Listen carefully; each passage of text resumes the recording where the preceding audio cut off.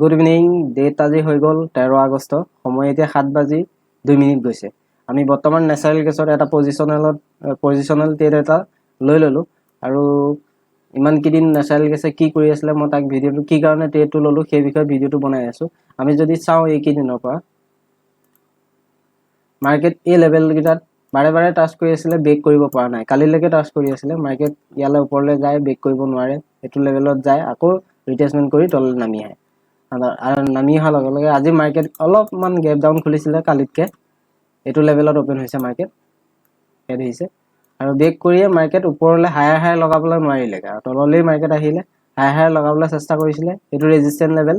আজি এইটো লেভেলত ব্ৰেক কৰিব নোৱাৰিলে, ব্ৰেক নকৰাকৈ 200 EMA ব্ৰেক কৰি তললৈ আহিলে আৰু এটা ৰিটেচমেণ্ট কৰিলে। আমাৰ ট্ৰেড কৰা টাইমটো হ'ল 6টা বজাৰ পাছত আৰু আমি মাৰ্কেট চাই আছিলোঁ।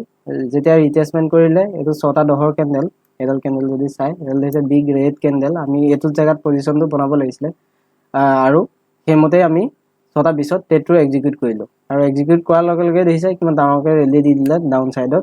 1:3 অলৰেডি এচিভ হৈ গ'ল। আমাৰ 1300 লছ আমি বুক কৰিম বুলি কৈছিলোঁ আৰু তাৰ এগেইনষ্টত আমাৰ প্ৰফিট এতিয়া অলৰেডি 4,300 টকা প্ৰফিট বুক কৰা হ'লে বুক হৈ গ'লহেঁতেন। কিন্তু আমি প্ৰফিট বুক কৰা নাই, কাৰণ কেলৈ আমি ট্ৰেইল কৰোঁ। এতিয়াও প্ৰফিট বুক নকৰোঁ, ট্ৰেইল কৰি লৈ যাওঁ যেতিয়ালৈকে 200 EMA ব্ৰেক নহয়।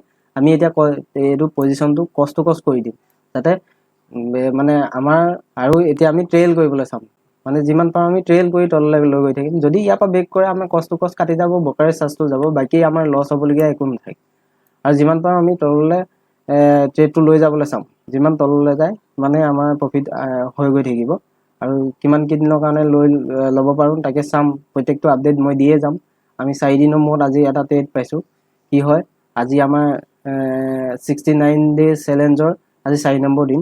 4 নম্বৰ দিনত আমাৰ এটা পজিশ্যন বনিছে। তাকে প্ৰফিট লছ কি হয় বৰ্তমান যদি আমি চাওঁ, প্ৰফিট হৈ আছে আমাৰ 3,400 টকা আৰু কিমান প্ৰফিট হয় আমি ট্ৰেইল কৰি লৈ গৈ থাকিম আৰু প্ৰত্যেকটো আপডেট মই দি গৈ থাকিম। ঠিক গাইজ, সময় এতিয়া 9:27 গৈছে। আমাৰ ট্ৰেড বৰ্তমানলৈকে চলি আছে। আমি কোনো ধৰণৰ এক্সিট এতিয়ালৈকে লোৱা নাই। মাৰ্কেটত অলপমান ৰিটেচমেণ্টৰ কাৰণে গুচি গ'ল মাৰ্কেট।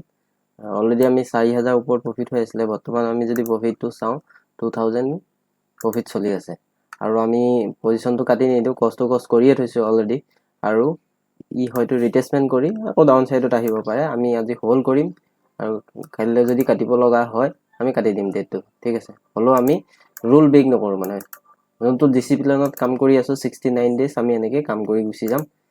আৰু এতিয়া বৰ্তমান আমাৰ প্ৰফিট 2,000 চলি আছে। মাৰ্কেট যদি চাওঁ আমি বৰ্তমান এতিয়া চিটুৱেশ্যন এটা ইয়াতে ছাপৰ্ট লেভেল আগৰ আছিলে, এই ছাপৰ্ট লেভেলখিনি ব্ৰেক কৰি ডাউন ছাইডে আহি মাৰ্কেট আকৌ ওপৰলৈ যোৱাৰ চেষ্টা কৰি আছে। আৰু যদি আমি 1 আৱাৰ কেণ্ডেলত এইফালৰ পৰা চাওঁ, 1 আৱাৰ কেণ্ডেলত 200 EMA ছাপৰ্ট লৈ মাৰ্কেট ওপৰলৈ যাবলৈ চেষ্টা কৰিছে। হয়তো এই কেণ্ডেলডাল যদি আৰু এডাল ৰেড কেণ্ডেল বনাই মাৰ্কেট তললৈ আহি গ'লহেঁতেন, মাৰ্কেট এচিভ হৈ গ'লহেঁতেন। কিন্তু 200 EMA ছাপৰ্ট লৈছে। কি হয়, কেণ্ডেলডাল ইমান হেল্ডি কেণ্ডেল নহয়, আপাৰ উইক বনাইছে। 1 মিনিট আছে এই কেণ্ডেলডাল ক্ল'জ কৰিবলৈ। ইয়াৰ পাছতে যদি এডাল ৰেড কেণ্ডেল ইয়াত বনি যায়, ডাউন ছাইডে আহি যায়, তেতিয়া আমি গম পাম যে আমাৰ ট্ৰেডটো চলি যাব। নহ'লে আমি এছ-এল ল'ব লাগিব। এছ-এল মানে কষ্ট যি হয় বুক কৰিব লাগিব। ঠিক আছে, আজি আপডেটটো ইমানেই আৰু যি ট্ৰেডটো যেনেকৈ চলিব ভিডিঅ' দেখাই গৈ থাকিম মই। নেক্সট ডে মই আপডেট কৰি দিম। ঠিক আছে, আমাৰ এতিয়া বৰ্তমান যদি আমি চাওঁ প্ৰফিট যদি আমি চাওঁ বৰ্তমান 2,000 প্ৰফিট চলি আছে। ঠিক আছে।